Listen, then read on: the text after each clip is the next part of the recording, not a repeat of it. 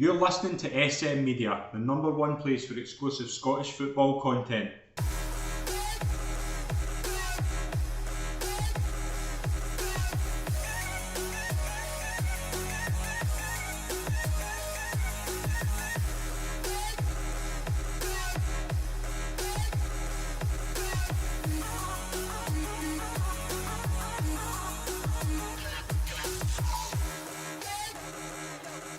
Hi folks, and welcome to the latest episode of the SM Media Scottish Football Show. I'm Scott McPike. It's an absolute pleasure to be your host as always. I'm delighted to welcome this week's guest. It's a pleasure as always to welcome to the show Lewis Anderson. Lewis, welcome to the show. It's a pleasure to have you on. Thanks, Scott. Good to be back on. It's been a couple of months and I'm looking forward to get back into it. Yeah, you picked a good episode. We've got a lot to get through here. Some of it positive, some of it maybe not so much. We do have a new segment in the show. We're going to have Shocker of the Week, which I'm keen to get your thoughts on later on. We'll touch on that later on. Where else to start but Easter Road? The inevitability, what felt like a matter of time became a reality. Hibs 6, Aberdeen 0. Obviously, Jim Goodwin didn't really last much long after that. Lewis, there's a lot to get through here. We'll start obviously with the big news of the game. Obviously, some result for Hibs, but it felt it was only a matter of time after that one. You could even feel just it probably shouldn't have got to that stage, which is something I wanted to speak about later on, but it just felt the end of the road was coming. Yeah, the writing was on the wall. I think obviously, what was it, 3 goals inside the first half as well. It was another shambolic performance. I think Dave Cormack summed it up really well when he addressed the media afterwards. He was humiliated, embarrassed. As he said, it should never have been the case that Jim Goodwin was in charge of this game from an Aberdeen point of view. Certainly performance level, Hibs absolutely battered them in that first half. And credit to them, considering that they've had their recent troubles as well with Lee Johnson in charge there. A lot's been kind of talked about around their quality lacking, particularly in their squad this season. But their players certainly stepped up from, unlike what the Aberdeen players promised Goodwin pre-match, which, I think Goodwin's only part of the problem at Aberdeen at the moment. And I think that needs to be recognised. The thing from an Aberdeen perspective you've got to look at is the statement during the week. The statement during the week read very much to me of he has to win this game. We're thinking of sacking him, but we want to give him this game to make sure. I've said this, how many times have I said this about managers? When the fan base have lost, when you've lost the fan base, the thing I have with it is if results had been fine up until that Darvel game, he probably would have survived that. He would have probably, that would have been put down to maybe just a bad day at the office, a cup shock, shall we say. The results were very, very poor for a while. The Hearts game, he probably shouldn't have got. No, and we're talking about a guy who's lost his job, a family, and that is the side of this we need to look at as well. Yep. But it was a losing battle for him. I mean, even if he'd won yesterday, he would have just gone the next big defeat. Even the games that they'd won, Scott, as well, they weren't particularly impressive. Mm-hmm. I think they beat St Johnstone 2-0 at Pittodrie, and by all accounts, they were fortunate to come away with a 2-goal scoreline that day. I think, it goes back to start the World Cup as well. The way they lost the game to Rangers in particular was that felt like the beginning of the downward spiral, really. And as you said, the last couple of weeks, the writing's really been on the wall. And the Darvel result, I mean, for a club the size of Aberdeen, it's unforgivable, really. Yeah, as much as I like the result for Darvel, like looking at it, obviously knowing the people at Darvel, things like that, Aberdeen should never be losing to Darvel. No disrespect to Darvel, a club like Aberdeen should not be losing to a club like Darvel. But again, when you look at performance, it was a fair result. Aberdeen did not look. I know the goalkeeper made good saves. Aberdeen did not look in the game. If you know your manager is under pressure, you know that I thought the statement during the week was ludicrous, and I kind of want to raise this point about Dave Cormack in a wee minute, but the players obviously weren't trying a leg yesterday. and defensively, I think they look very, very frail. I think they're really, really weak at the back. I'm not mad keen on the captain. Stuart, I don't think he's at it. There's talk today of a new goalkeeper coming from Ajax on loan. Who's sanctioning that? The thing with Dave Cormack is that he clearly doesn't know at the moment, and this isn't a knock on him, he clearly doesn't know how to run a football club on that sense. He's had 2 managers. They haven't worked out for different reasons. The first one, he obviously had the personal connection to Stephen Glass. The second one was very much I don't think it was a Dave Cormack. I think he was probably led to that decision by other people.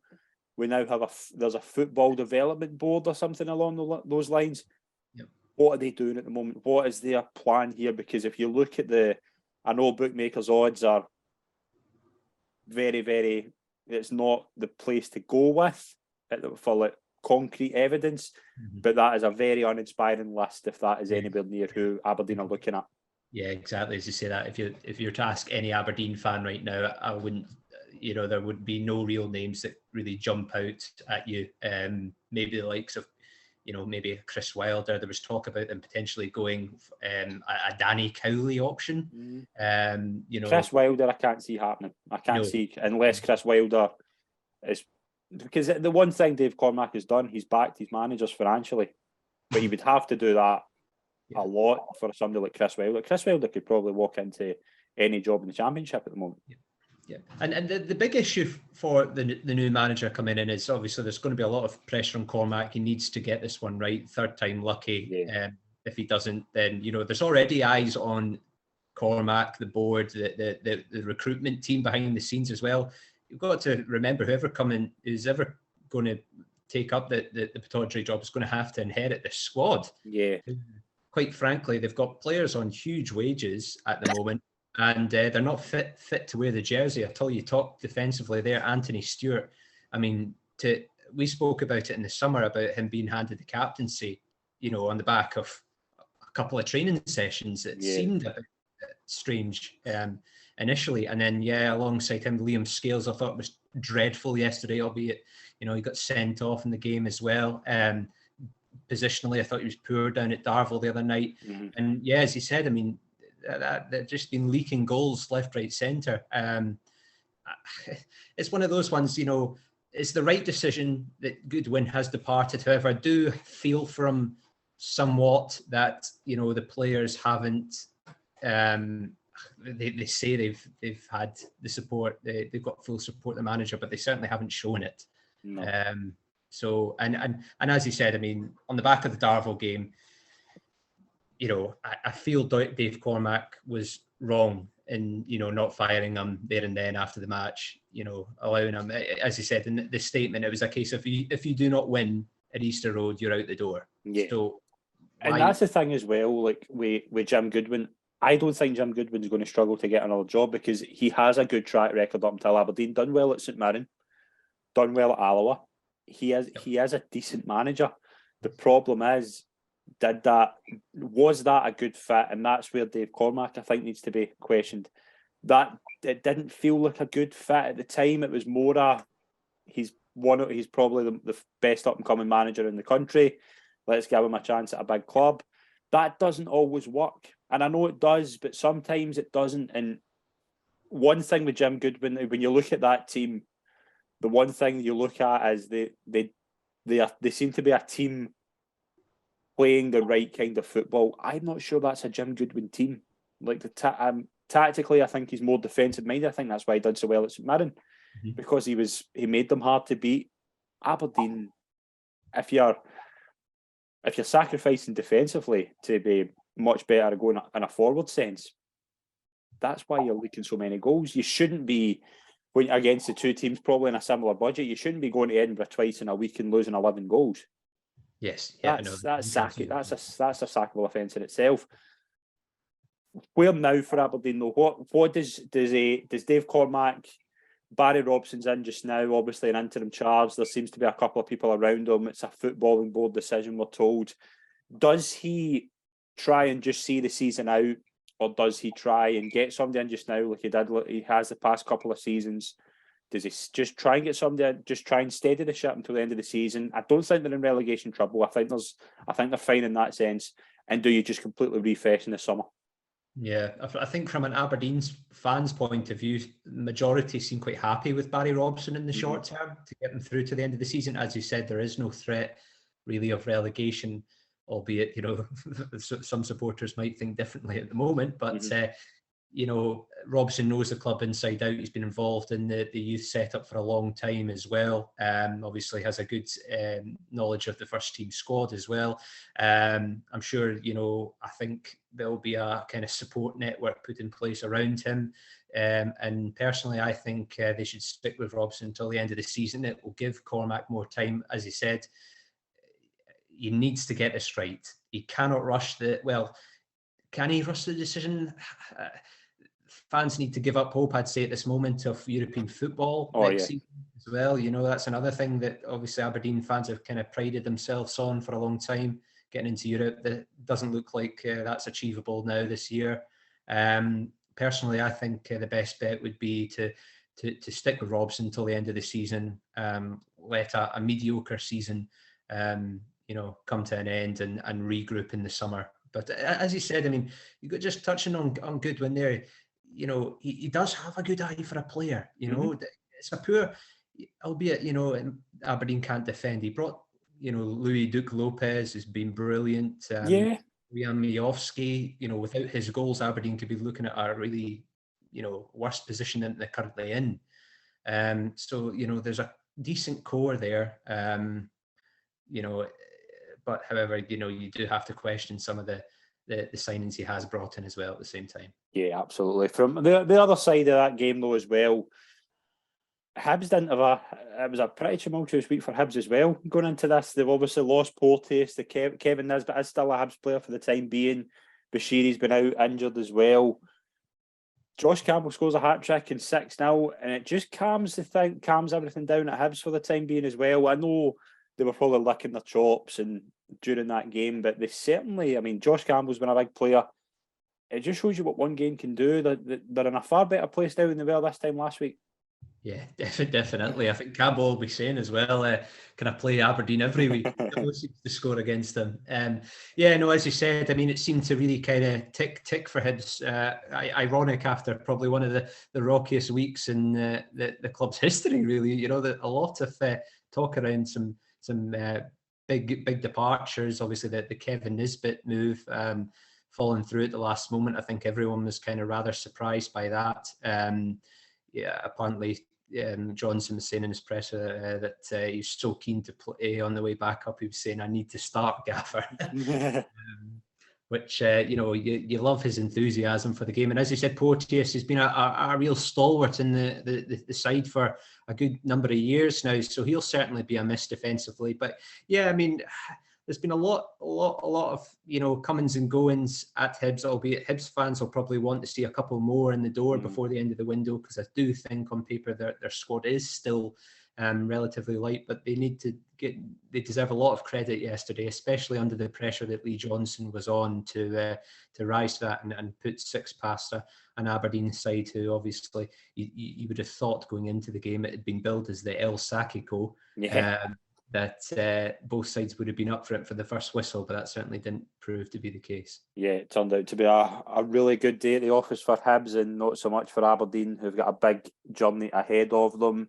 We'll go to Ibrox next. Rangers 2, St Johnstone 0. Tavernier with a penalty, Kamara with a second half goal. The referee decisions we'll touch on in a wee minute, but I want to look at it both sides of the game. I thought similar performance to what Rangers have had so far this season, so far under Beale. Very effective, but not overly. I wouldn't say it was. They're getting the job done. But it's not. I mean, it's not brilliant to watch, but they're getting results, and that is all that matters. I thought Cantwell was quite decent. His debut showed some touches as well. Hadji coming back, I think, is a big plus. I liked Beale's comments when he said after the game that's the strongest the squad's been. I think he's right. I think he'll definitely want at least 2 in the door before Tuesday. And Rangers, they're just getting the job done. That's a perfect description for it. Yeah, that was it. By all accounts, it was a comfortable enough victory yesterday. I think, St Johnstone manager Callum Davidson felt quite aggrieved by a couple of decisions, and maybe on another day, they might have looking at a slightly different result. But they're grinding out wins, but they're not, it's still not easy on the eye. Some fans will be hoping that, as you said, a couple of new faces in the door can kind of really lift the style of play. But fair play to Michael Beale. He came in at a really challenging time. He's managed to kind of galvanise the squad when it was kind of quite a poor state.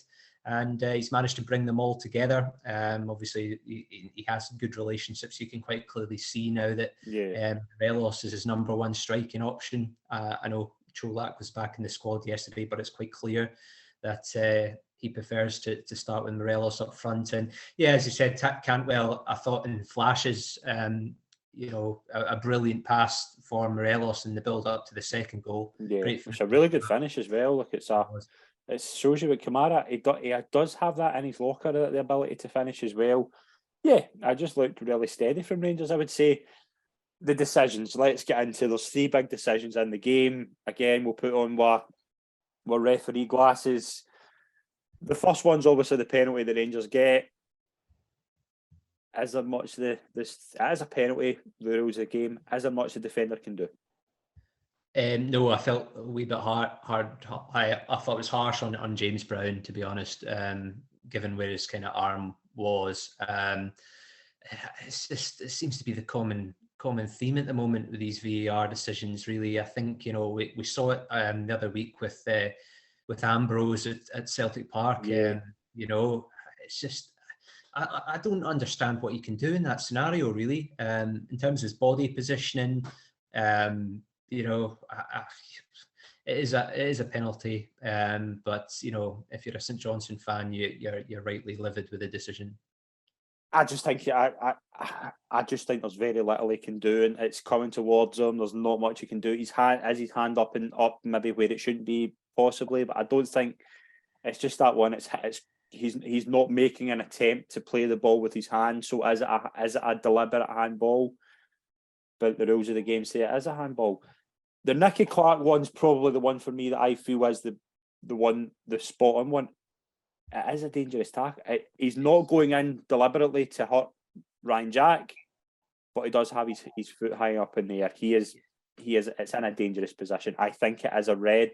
Although I do have sympathy for the player because he's not going in with malicious intent. Mm-hmm. He is still too high, and he does connect. We've seen obviously there's a gash in Ryan Jack's leg. It shows you there was contact. Yeah, I do think that's the one I would say. Yeah, that's the one he got right. I'm convinced that I think the referee got that right, and I'm not a Willie Collum fan, as we'll get to in a second. But I would say that is a red. But it's really, really unlucky, I would say. You could tell by Jack's reaction, what he does, just seconds later, he clearly kind of has that in the back of his mind. As you said, I mean, it is a red card. Yeah, there's no complaints about it. It was a poor challenge, and he rightly walked for it. However, I think we'll come on to this now, just a minute later. Right, the one I've got with this says Ryan Jack, he doesn't make contact, I don't think. From what I've saw, he doesn't make contact.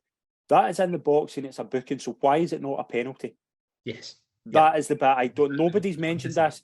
I've not seen this in sports scene, I've not seen it in any things I've saw on the internet or anything like that. If that's a foul in the box, why is that not a penalty kick? Yes. Yeah. That to me is ludicrous. Especially the speed he's coming in at as well. Yeah. Oh no, I'm not. It's a straight leg. It's a straight leg as well. You can't get it probably has a red. And the problem I've got with this as well, and this is where VAR does need address, because this to me is the lack of cohesion. Willie Collum has been told in his ear that he needs to go to the monitor. Yeah. Now, 9 times out of 10, we know what that means. That decision should be overturned in the VAR mind's opinion. What is Willie Collum sticking by his decision? So what is he being told in his ear? Why? Do you know what I mean? It's just that that to me seems weird. But yeah, I'm astonished that if that's a foul, why is it not a penalty kick? Because it's in the box. there's no attempt. He's not. He doesn't win the ball. He doesn't make contact, but it is a bad challenge. If he connects him, it is a red card. Yeah, and that's where I think Callum Davidson's got, you know, a lot to you know, complain about. You know, I know he was booked for his kind of protest, but you know, if you're seeing that from and you're watching it back, you know, as you said, how that's not a penalty. The game's gone. The game's gone. The game's gone. Yeah, I mean, I think we just need to shut up shop. It's just a strange one. Again, obviously we know what the narrative becomes with decisions and things like that, and I'm fed up listening to it, to be honest. It's the same every weekend. But that one, I agree. Why was Willie Collum called to the monitor? Why did he not change his mind? If he's happy with that decision, why is it not a penalty kick? It's a yellow card, so therefore it's a foul. You don't stop the game because you think, do you know what I mean? That's a foul. Surely that's a foul, a challenge worthy of a foul. So therefore, there needs to be a reward on the other side. That to me is weird. What happened? Who was in charge of the VAR? I think it was Nick Walsh. Nick Walsh, right? Okay, quite an very experienced official as well. Yeah. Yeah, I mean, it's just it's another weekend we're talking about VAR and decisions. But the one bugbear I had is I kind of understand why each decision was made, but that was the last one. Even if it's a red card or not, it's a foul. Therefore, it's a penalty. Yeah. It's in the box again. This is the inconsistencies. You know, it's constantly happening week on week at the moment. When's it going to change? Yeah, and I do think VAR is going to be a force of good. I just think it's not the people in charge don't really know how to use it, and they're not properly coached on it. St Johnstone, from a St Johnstone perspective, even though that means it's 6 losses in a row, the last 2 games against Rangers, they'll take positives, especially been down to 10 men for so long. I think they'll be although the result, you're not judging your performances against Rangers or Celtic, but if St Johnstone can keep those performances up, I think they'll be okay. Yeah, I agree. I think, you know, they did show in flashes that they have got some decent quality. I think Daniel Phillips particularly impressed me at Ibrox. I thought he was very good, very effective in the midfield alongside the boy McPherson.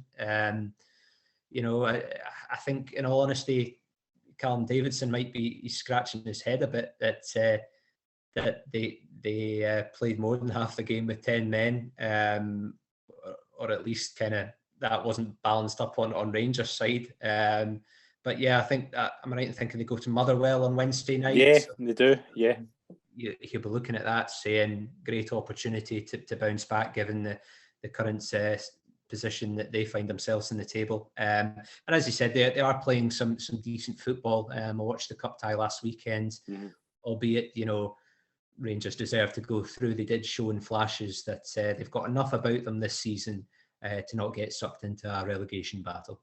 Yeah, absolutely. We'll move up to Dingwall on Saturday. I think I've said it every week, if Ross County could find their scoring boots, they would be quite a decent side and they'd pick up a result. They certainly found it against Kilmarnock. Probably as good a time to do it for Ross County. A 3-0 home win. Goals from Brophy, White and Danda. Malcolm Mackay will be sitting. What a huge 3 points. He'll be delighted with that, and they found their scoring boots at the right time.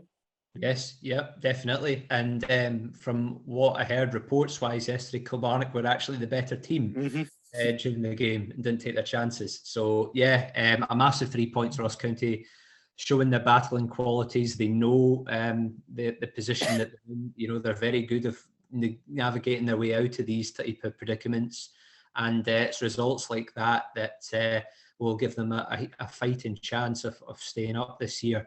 At one time, at the start of last week, I thought it looked bleak for them at one point. There was talk about Jordan White leaving for St Johnstone. There was no murmur about Eamon Brophy coming in. I know Stephen Robinson, having spoken to him yesterday, I was at the St Mirren game, wasn't keen to let him go in the first place. I'll explain why later. But, you know, all of a sudden they've got goal scorers. You know, it was a tremendous result for them yesterday. As I said, Kilmarnock were the better side. I thought Jordan Jones was terrific. down his side of the pitch. But Kilmarnock's feelings are just putting the ball in the back of the net, and to Ross County's credit, they're finally starting to find their shooting boots. I think the big thing with Kilmarnock was very simple. They didn't take their chances, and they conceded really cheap goals. And that's the difference in games like that. You need to be the better. If you're the better side, you need to take your chances, and you need to be solid at the back. And the better team probably didn't win the game. And that's still haven't won on the road this season. They're the only team that haven't won away from home. A massive concern for Derek McInnes. It is, yeah, it is. And we've seen in the past few weeks as well, Kilmarnock, even against Rangers and at Celtic at Hampden, they are capable of some really good performances.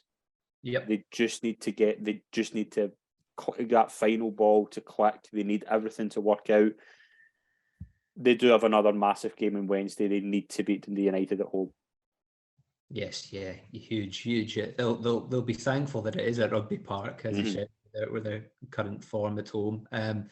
Yeah, as you said, I mean, it's a decent score on paper. I do worry about the lack of goals. They do rely really heavily on Lafferty. We saw what happened when he was out there for 10 games. They did miss having that kind of big physical target man to aim at. That's the kind of the way they like to play. I think their top scorer this season, I'm right in thinking, I don't know, Ash Taylor's up there. He's I'm going to surprise me, yeah. Yeah, so that's something that I would like to see Kyle Vassell kick on a wee bit. Yeah. Find him early in the window. They'll be hoping that he can really make his mark over the next couple of months. As I said, I mean, it's a huge game. That's a real kind of 6-pointer you're looking at. I know it's still early enough in the season to be saying that, but Dundee United are in there scrapping for their lives as well. So a hugely important and the way things are going for Kilmarnock, they're going to rely on their home wins to try and stay in the Premiership. So this is another, as you said, a massive game for them, and they need to take 3 points. We'll move into the game at St Mirren. St Mirren won, Motherwell nil. You were at the game. Curtis made a goal. The floor is yours. What was your overall takeaways from the game? Not a classic Scott, wasn't great. Classic game of football, to be honest. St Mirren had to scrap for this 3 points. I've watched a fair amount of them this season, and that's what they have in abundance. A real ability to dig out a result when they're not playing particularly well. I know they've had their issues on their travels this season, but that's 12 games unbeaten now at home. Yeah, they look invincible at this moment in time. And they do play some good football. Motherwell, I'd be a wee bit concerned about Motherwell. Lacking real punch up front in the final third. Did get into some really good areas yesterday, but lacking quality. Who's pitching him in the goals? It's McKinstry that seems to be their only kind of threat, isn't it? Yeah, as you said, Van Veen was kind of very isolated figure yesterday. I know they brought in the Japanese boy that they'll be hoping. My only worry about that is how they adapt to the league. It might take them a bit of time to settle in. Motherwell are lacking goals, and defensively look rather shaky as well. The Ricky Lamie in particular, I thought, he's normally a good tried and trusted defender at this level, but he had a nightmare yesterday up against Curtis May, and he was tremendous and epitomised everything St Mirren are really in terms of their energy and effort. So very good 3 points for St Mirren. Yeah, brilliant. Good result for St Mirren as well. Motherwell in a bit of trouble. I want to touch on Motherwell later on. We'll move into the two games today. Not a classic at the Tony Macaroni Arena. Livingston 0, Hearts 0. I thought Hearts were very, very wasteful. I thought they missed a lot of chances. Livingston again, they just do what they do. They just make it hard. They battle hard, and that's kind of the story of the game, wasn't it? It was just Hearts had a lot of chances, and Livingston just did what they did, and a 0-0 draw was the result. Yeah, it was a bit of a slog. Yeah, I think there was a couple of debutants. The Japanese boy for Hearts. Yeah, Odin Cool, yeah. And Cool, yeah. They both missed crucial chances. They did. And I thought Kyle Rolls, sensational clearance from I think it was Stephen Bradley kept them in the game. Fair play. I think Hearts had 5,000 fans there as well today. Yeah, so, some display. Yeah, really good to see from their point of view. I was told beforehand that there's kind of been illness in the camp this week as well. Okay. So I'm not too sure if that kind of had an impact on Robbie Nielsen's team selection or anything like that. Because I think he made 5 changes this week. So from the other day. So I'm not too sure if that kind of had an impact. Maybe disrupted the side a wee bit. But a missed opportunity for Livingston, though. It was an opportunity to close the gap on Hearts in third. On the balance of play, Hearts they had enough chances to win their game, and as you said, very wasteful, which will be disappointing from Nielsen's point of view. But they've got enough quality from them at this current moment in time. I can't see them being caught in third position, really. Yeah, two sides I think rock solid for top 6. Hearts obviously will. Livingston, I think that's the games where Livingston, if they walk away with anything, they'll take it as a massive result, because Hearts were in a good run of form. They obviously had some attacking talent today, and they just make it difficult. Livingston, they're so good at it, and that probably tremendous result for Livingston more than anybody. The Livingston goalkeeper got the man of the match today as well. Yeah, it wouldn't surprise me. Yeah, so kind of shows you, doesn't it? Yeah. Next game, final game. Dundee United 0, Celtic 2. 2 second half goals from Jota and an Aaron Moy penalty. Wasn't a classic Celtic performance, but it was effective. And I want to just touch on some numbers here, and I wanted to get your thoughts. 19th domestic game unbeaten for Celtic since they lost to St Mirren, and a 50th win in 61 Premiership games since Postecoglou took over. That's some remarkable consistency. It's brilliant, isn't it? Sensational, really. And that's the difference. Yes, yeah, and that is it. That's kind of why they've built up the gap at the top. 9 points. They're going to be incredibly hard to catch. Just relentless. Just the quality he's got throughout his squad. The players he's able to bring on as well when maybe aren't particularly well. It's just frightening, Scott, at the moment. And that's something I made a big issue about during the first half of the season. Rangers didn't have that. They didn't have the options on the bench. Yeah. And Celtic, you look at the position of strength that they went into the January window with, and they've only gone and added, extra bits of real quality in and around there. He's got a fantastic eye for a player. He obviously knows the Asian market incredibly well. He's going to continue to utilise that, I think, as long as he's at Parkhead. Because it's been so effective for him, and it's outstanding. It's outstanding. Albeit, they only came away with the 2 goals. I was disappointed. It was 9 last time they went to town. So, but that's the thing. They're just even when they're not playing well, they're just getting results and they're winning games, and they have such a tremendous array of talent in that team. I mean, for example, we've touched on this so often about the recruitment. Juranovic and Giakoumakis, I would say, are 2 big losses. Mm-hmm. But they're replaced before they're even sold, and that's the thing. That's the difference, I think, in terms of recruitment between Celtic and Rangers. Celtic have that ability. They're forward planning. They're prepared to. Rangers sold somebody tomorrow. There isn't any. Do you know what I mean? If an offer came in tomorrow, they'd be gone, and they'd have no replacement, because that Celtic are a bit further forward in terms of. But again, Celtic are just going about their business. They haven't been in. I wouldn't say a couple of games, maybe they've been in kind of 4th or 5th gear. They haven't really had to be. They've just been so solid, just easy to.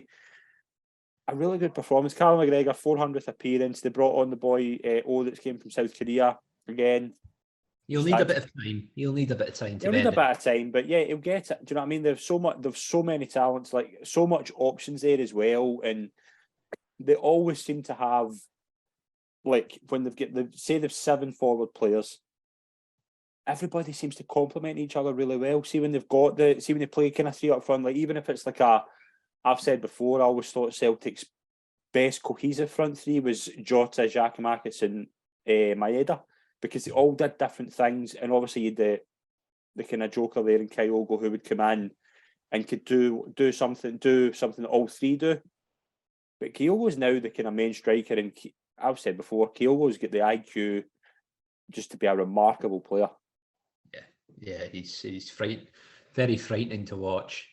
His movement, I don't know if you've managed to. So intelligent, yeah. But yeah, it's just brilliant. He's just got such a great vision for a pass as well. That's something you can see the partnership he's got, in particular with Maeda. Anytime they play together, that's something that I've kind of really noticed.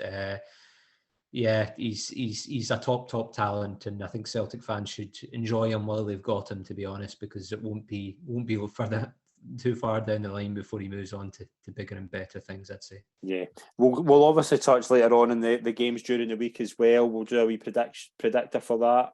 We'll go into the Championship. I want to get your thoughts on the results. We'll just go through them here. Championship, it's been a pretty good weekend, I would say, for clubs maybe below Queen's Park. Obviously, Cove 0, AF5, Wraith 2, Inverness 2, Partick Thistle 0, Hamilton 1, Morton 1, Arbroath 2, and Dundee 3, Queen's Park 0. Aaron Dundee closed the gap in Queen's Park, and big wins at the bottom for Arbroath and Hamilton. Yeah. Mightily impressed with the air on Friday night. They were very good, yeah. On BBC Scotland, yeah. Josh Millen's free kick at the end, just fantastic way to round off the scoring. I thought Cove were really poor. Ayr look really, really strong. They do look genuine title contenders at the moment, which is fair play to Lee Bullen, because I wouldn't have said that at the start of the season.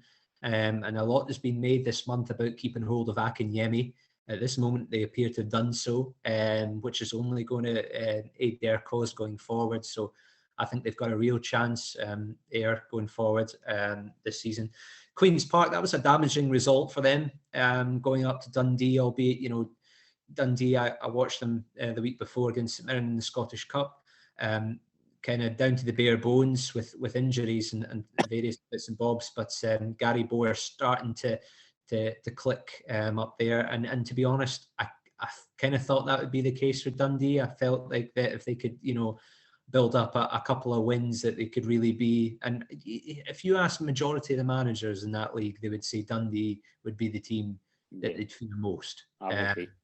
And that was a kind of real statement result from them, I thought, yesterday. There's been talk about players like Zach Rudden leaving before the end of the deadline, but Jakubiak stepped up yesterday. Probably should score more goals than he does, but it was a hugely impressive result. And Hamilton, got to touch on Hamilton, going to Partick Thistle, who have got a tremendous home record, to go to Firhill and take 3 points.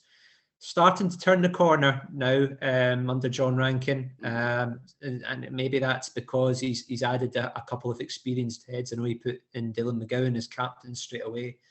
Good decision, because that's what they were lacking. They were lacking, a lot of young boys there. They brought in the boy Dylan Stevenson from Newcastle United, who I'd watched a couple of videos of before, and he looks fairly impressive. So good business so far. You'll be hoping maybe to get another one in the door before the end of the window, but they've given themselves a chance of getting out of the position they find themselves in.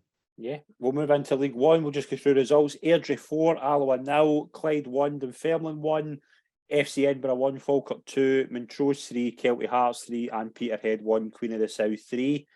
Probably Airdrie 4, Alloa 0 as a result. Airdrie obviously overtake Alloa with that result. They'll be delighted with that.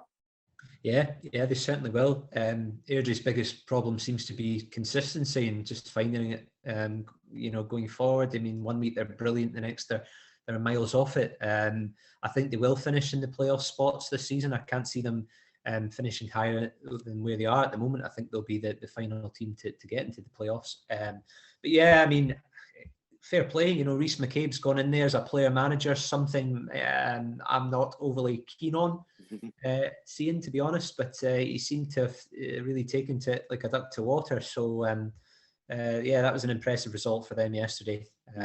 Falkirk obviously cut the gap in Dunfermline as well. Dunfermline slip up away to Clyde. It's 5 points. Again, Falkirk going to FC Edinburgh and a big result. Again, I do think Dunfermline will win the league, but Falkirk are certainly giving it a right good go. And so you'd expect a club the size of Falkirk, you think with a manager like John McGlynn behind them, again, I think he's signed well so far this window and brought in a couple of players on loan of good, good pedigree for that level. I think they will really serve it up to them. That was a damaging result for Dunfermline yesterday, a result that might galvanise Clyde. That could be a huge point in terms of them at the opposite end of the table. But yeah, no, I think, as you said, I still think Dunfermline will get over the line, but I'm expecting Falkirk to really kind of serve it up to them over the remaining months of the season. Yeah. League 2, Albion 0, Forfar 1, Annans 3, East Fife 0, Dumbarton 1, Bonnyrigg Rose 0, Stenhousemuir 2, Elgin 0, and Stirling Albion 1, Stranraer 0. Top of the table, Dumbarton and Stirling tight 1-0 wins. Forfar in a really good run as well. Annan keeping it going, and Stenhousemuir big result. 5 big wins, I would say, for the five teams in good form. Yes, yeah, very much so. This is such an intriguing league because I think there's only 20 points top to bottom. It's 23. So it's so tightly congested. Anyone really can, if you can string 2 or 3 wins together, then that's seen as a good run in this league. So Dumbarton obviously in a strong position at the moment. Again, seem to be churning out results when they need to be.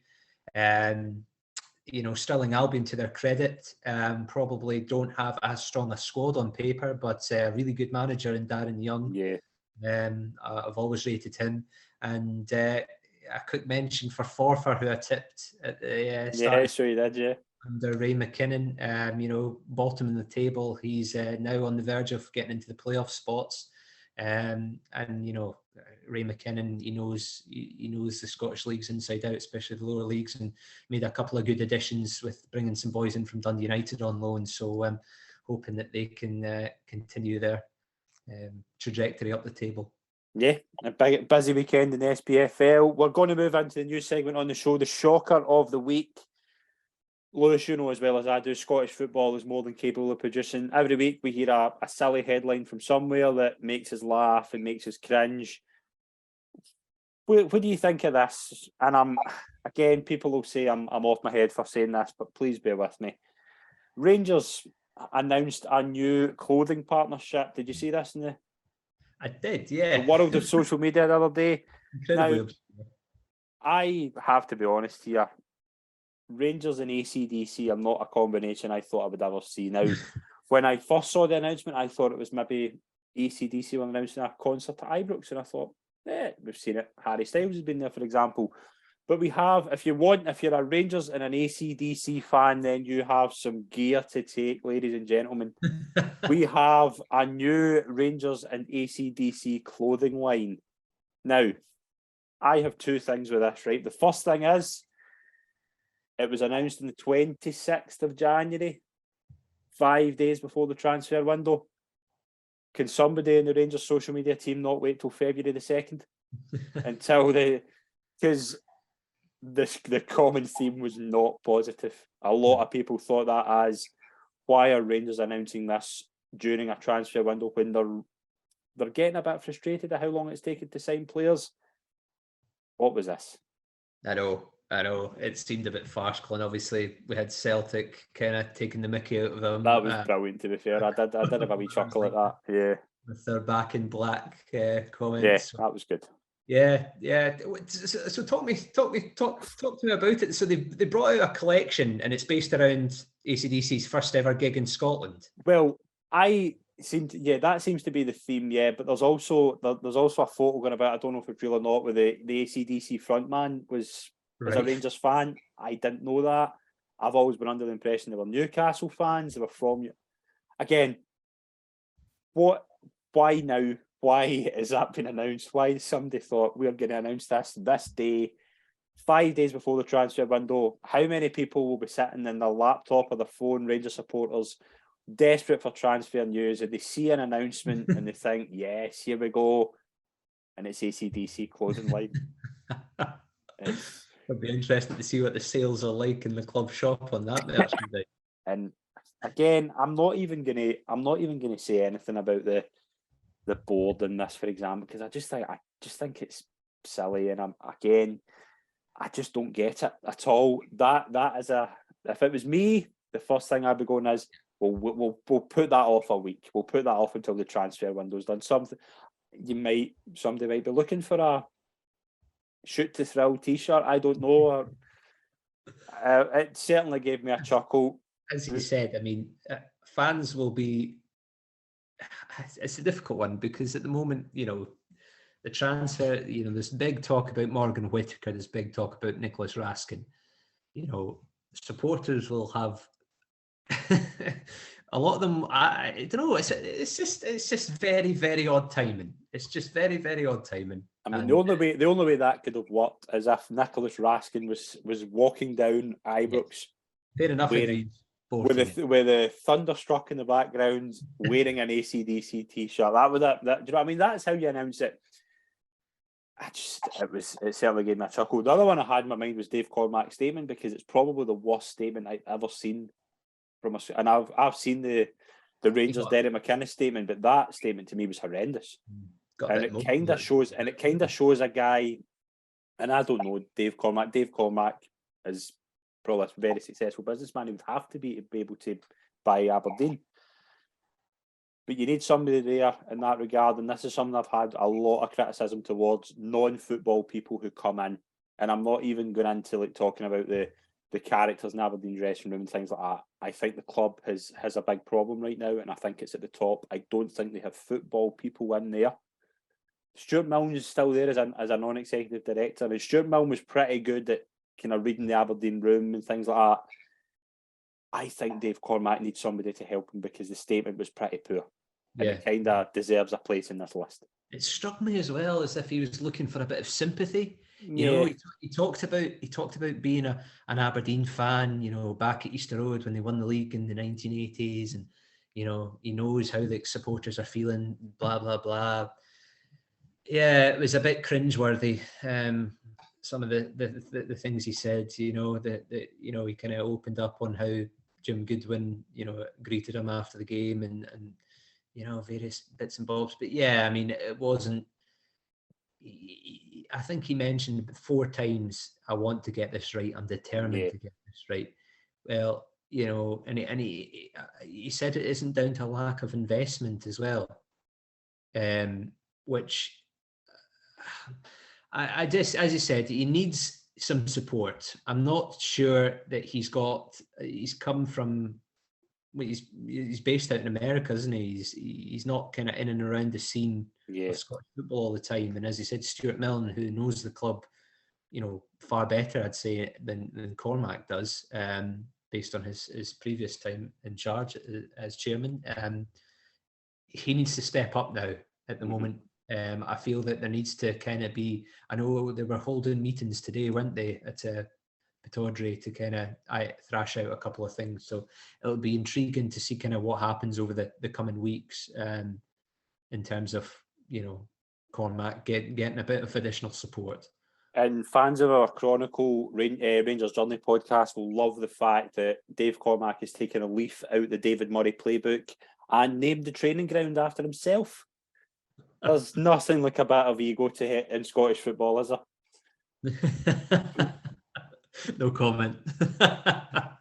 But we do have some midweek action. We've got a full Premiership card, actually. We do have 2 Scottish Cup 4th round games as well that you'll obviously be able to hear about on our extra show that is probably going to go out on Friday morning. But I'm going to put you in the spot, Lewis. We're going to bring back our predictor. We're going to play a predictor game. We've got the 6 games. We're going to ask the viewers as well if you want to send in your predictions below, and we'll do it on social media as well. We'll start on Tuesday night. Ross County, a massive home game for them. Can they get the run going as they host Hibs, who are obviously off the back of a 6-0 home win? I'm going to go for a draw on that one. I think it will be 2-2. I've not predicted Ross County will score any more than a goal this season, but I think they'll score 2 on Tuesday. I'm going to go for a 2-2 draw between Ross County and Hibs. Lewis, what have we got? I agree with Scott. I'm sitting 2-2. I think I'm going 1-1. 1-1. You're going 1-1, right? Yep. Aberdeen versus St Mirren. If there's a game I can't predict, it is this. What will Aberdeen bounce back? I think St Mirren will get a point at least. I'm going to go for a 0-0 draw. I think that's a 0-0 with the midweek. I'm going bold. I think St Mirren will win. The Okay. record at Audrey is not good. However, I think they're just in a state of array that I've never seen Aberdeen in before in a long, long time. It's at least the Mark McGee days. That's the worst I can find. I can remember it. I'm Curtis Main, Jonah Ayunga. They've got a physical presence that makes them really hard to play against.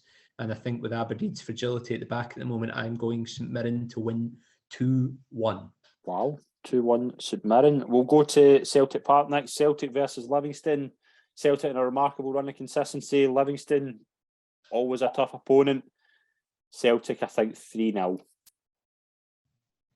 Yeah, I can't see Livingston scoring, to be honest, Scott. So I'm going 3-0 as well. 3-0 for Lewis. Hearts versus Rangers, tough game. Third against second. Can Michael Beale keep his win and run going? Hearts are 10 games unbeaten in the league. This could be a tight affair. I think Rangers will win 2-1. 1-0 Rangers. 1-0 Rangers? Yep. I'm going for Ryan Kent to score as well. We've even got a first goal scorer. Brilliant. We'll see. Brilliant. Massive game at the bottom of the league. Kilmarnock versus Dundee United. Must-win game for both sides. I do think Killie will win. I'm going to go 1-0 Kilmarnock. I'm going to go down and take in this game. Okay. I'm intrigued to see kind of how it pans out. I'm going 1-1 draw. Okay. I think, as you said, two teams desperate for 3 points, but I just think it'll be one of those kind of real tough physical battles, very little to separate the teams. 1-1 draw. Brilliant. And the final game of the midweek in the Scottish Premiership. Motherwell, another must-win game for them. Both two teams in really poor runs, can't buy a win. Well, one of them, Motherwell versus St Johnstone. I'm going to go 0-0 again. I'm going St Johnstone win. Okay. I worry for Motherwell at the moment. I don't know if they've got enough leaders on that pitch based on what I saw yesterday. I'm concerned.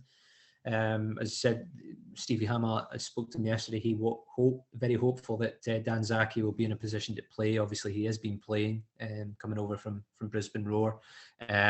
Just waiting on the international clearance. He was hoping to have that in time yesterday. Mm-hmm.